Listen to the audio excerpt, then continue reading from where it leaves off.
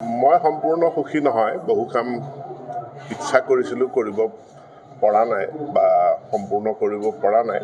আৰু কি কৰিলোঁ কি নকৰিলোঁ সেইটো অসমৰ জনগণে বিচাৰ কৰিব। কিন্তু এইটো মই বুলি বা কেৱল চৰকাৰ বুলি নহয়, গোটেই অসমৰ জনগণৰ এটা দায়িত্ব। আমি সকলোৱে মিলি অসমৰ যিটো ৰাজহুৱা শিক্ষা ব্যৱস্থা, এই ৰাজহুৱা শিক্ষা ব্যৱস্থাক আমি ইয়াতকৈও বেছি উন্নত আৰু শক্তিশালী কৰিব লাগিব। তাৰ কাৰণে সকলোৱে মিলি কাম কৰিব লাগিব। শিক্ষা খণ্ডৰ ছাৰ আটাইতকৈ দুৰ্বল দিশ কোনটো বুলি ভাবে? যিহেতু আপুনি শিক্ষামন্ত্ৰী, ধৰক এনেকুৱা এটা কৰিলে এডভাইচ কি হ'ব আপোনাৰ?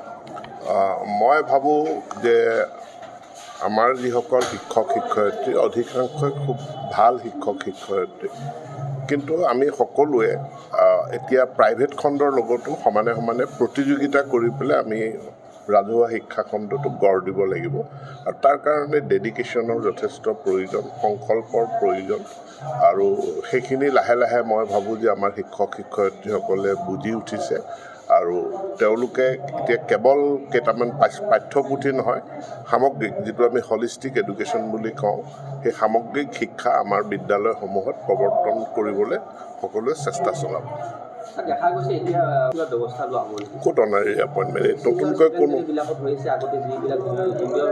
নাই, এতিয়া ক'তো কোনো অনাৰী এপইণ্টমেণ্ট, ক'তো কোনো অনিয়মীয়া ঠিকাভিত্তিক এপইণ্টমেণ্ট আমাৰ চৰকাৰৰ দিনত হোৱা নাই। মই সম্পূৰ্ণ সুখী নহয়। বহু কাম ইচ্ছা কৰিছিলোঁ, কৰিব পৰা নাই বা সম্পূৰ্ণ কৰিব পৰা নাই। আৰু কি কৰিলোঁ কি নকৰিলোঁ সেইটো অসমৰ জনগণে বিচাৰ কৰিব। কিন্তু এইটো মই বুলি বা কেৱল চৰকাৰ বুলি নহয়, গোটেই অসমৰ জনগণৰ এটা দায়িত্ব।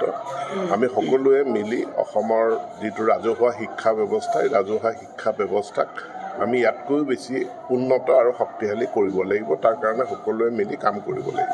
শিক্ষা খণ্ডৰ ছাৰ আটাইতকৈ দুৰ্বল দিশ কোনটো বুলি ভাবে? যিহেতু আপুনি শিক্ষামন্ত্ৰী, ধৰক এনেকুৱা এটা কৰিলে এডভাইচ কি হ'ব আপোনাৰ?